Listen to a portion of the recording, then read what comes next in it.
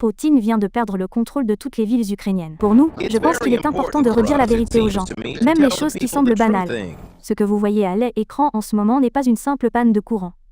L'armée ukrainienne a frappé les centrales thermiques clés de Starobechev et Zhuivska, dans la région occupée de Donetsk.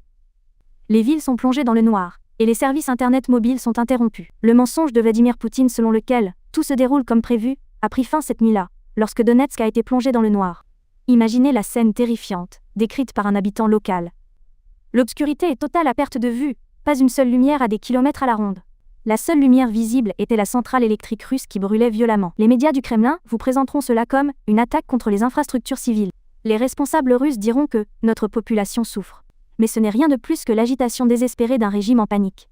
Car derrière cette obscurité se cache un chaos bien plus mortel que la simple perte de commodités civiles. Le vaste réseau ferroviaire électrique qui maintenait l'armée russe sur le front, acheminant munitions pour les chars et carburant pour les blindés, s'est arrêté. Ce n'est pas une interruption temporaire.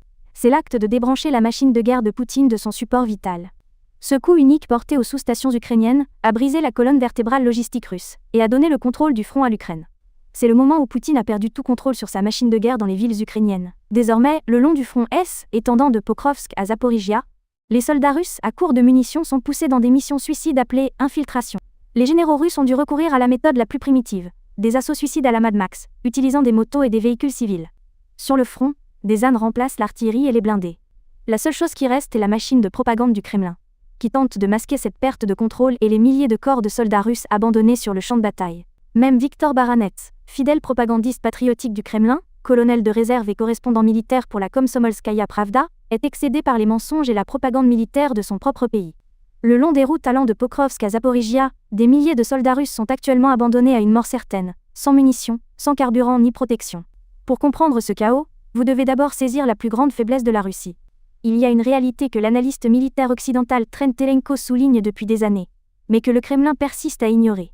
L'armée russe n'est pas une armée de camions, c'est une armée de chemins de fer. Le système logistique russe dépend profondément de son vaste réseau ferroviaire datant de l'ère soviétique. Chaque obus d'artillerie, chaque moteur de char, chaque litre de carburant, destiné au front, est acheminé par train. Plus de 70% de ces trains en Russie sont électriques. C'est pourquoi les 2 centrales électriques attaquées par l'Ukraine à Donetsk représentent un coup de grâce stratégique. Lorsque les centrales de Starobechev et Zhuivska ont été neutralisées, la tension sur les lignes électriques ferroviaires de la région de Donetsk est tombée à zéro. Les trains chargés de tonnes de munitions sur les rails se sont retrouvés immobilisés sur place. Vous pourriez demander, pourquoi n'utilisent-ils pas de locomotives diesel ? La réponse réside dans la décrépitude structurelle de la Russie. La Russie n'a tout simplement pas assez de locomotives diesel pour faire fonctionner cet immense réseau. Celles qui subsistent pourrissent dans des parcs à ferraille, victimes de la négligence et d'une crise de pièces de rechange. Lorsque les trains se sont arrêtés, le Kremlin n'a eu qu'une seule option.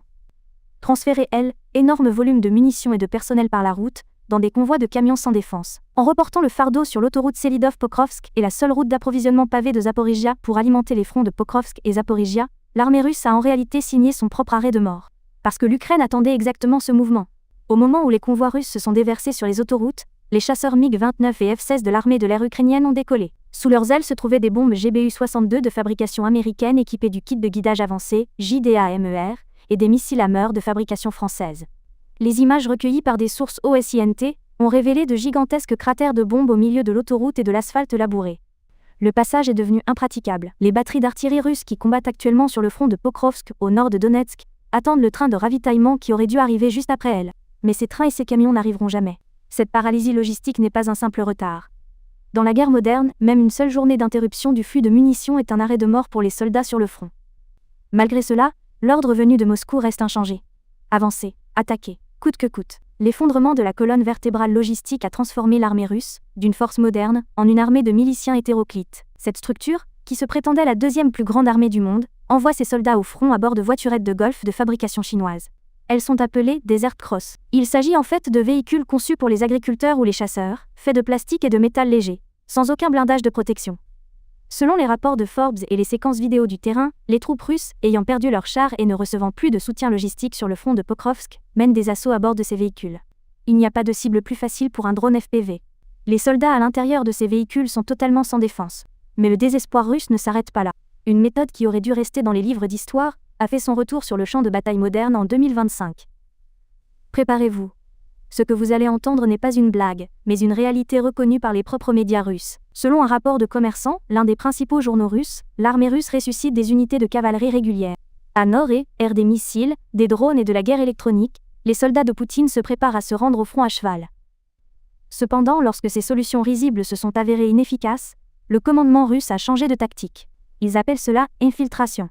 Selon les derniers rapports de l'Institut pour l'étude de la guerre, ISW, les Russes attendent désormais le brouillard ou la tombée de la nuit pour envoyer des groupes d'infanterie de 2 ou 3 hommes, sans aucune protection, vers les positions ukrainiennes. Le but est d'utiliser ces soldats comme appât pour identifier les points de tir ukrainiens. L'armée invincible de Poutine s'est transformée en fantassin sans défense, traversant des terrains découverts dès que l'alimentation électrique de Donetsk a été coupée.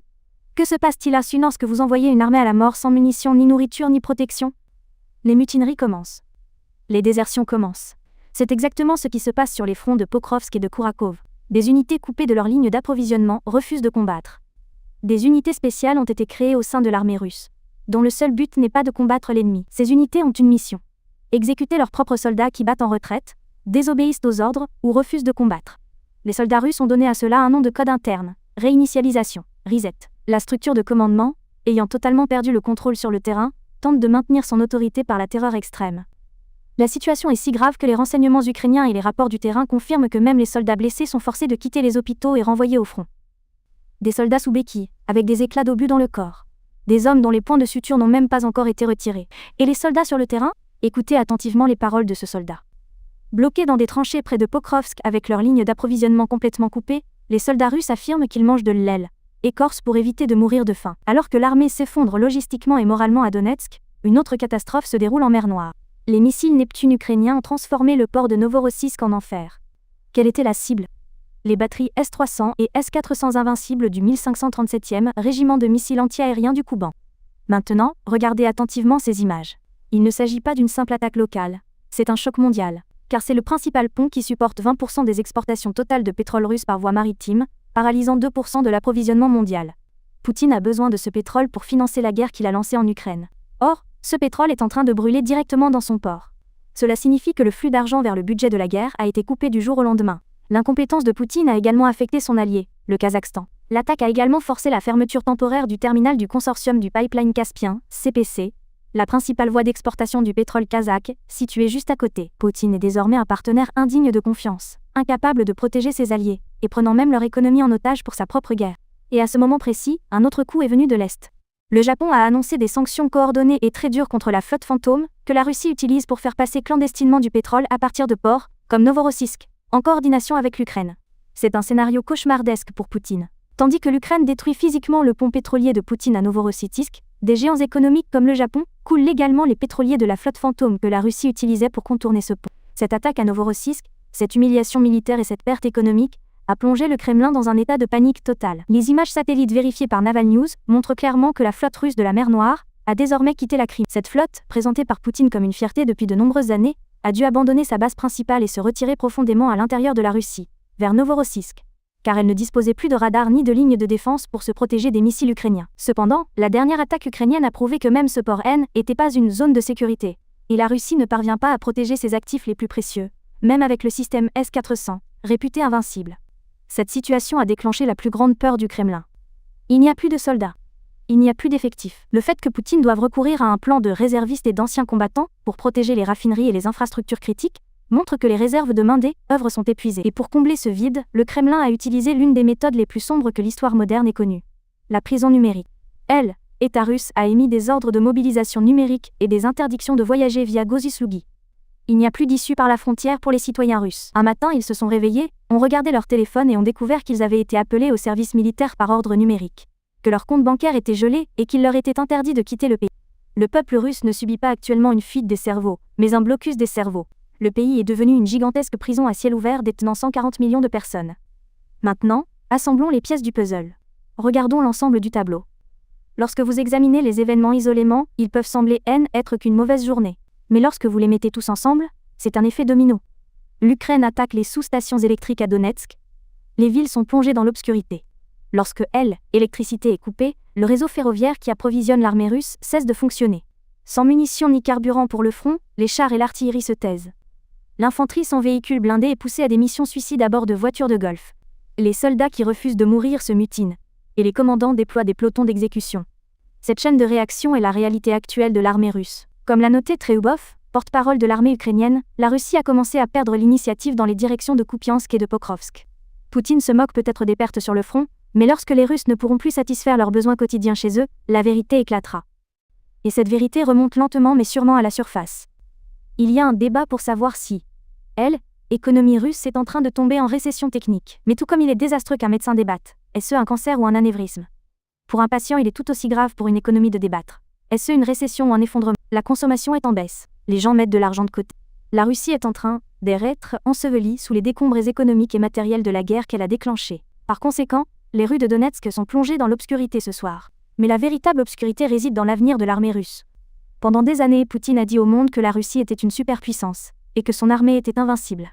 Pourtant, ce que nous voyons aujourd'hui est une structure qui exécute ses propres soldats, envoie des blessés au front, est incapable de faire circuler des trains et ne peut même pas maintenir l'électricité dans les villes qu'elle occupe. Quand un dirigeant perd le contrôle des terres qu'il occupe, ce n'est pas lorsque le drapeau est abaissé. Il le perd lorsque les lumières s'éteignent. Parce que cette obscurité est là où le pouvoir s'achève. Et dans cette obscurité, les soldats de Poutine ne craignent plus les Ukrainiens, mais leurs propres camarades. La Russie a perdu le contrôle sur le front. Et cet effondrement est trop profond pour être éclairé par un quelconque bulletin de propagande. Alors, qu'en pensez-vous? Partagez vos réflexions dans la section des commentaires. Pour rester informé de nos nouvelles vidéos, veuillez vous abonner à notre chaîne et activer les notifications. Merci de nous avoir choisis.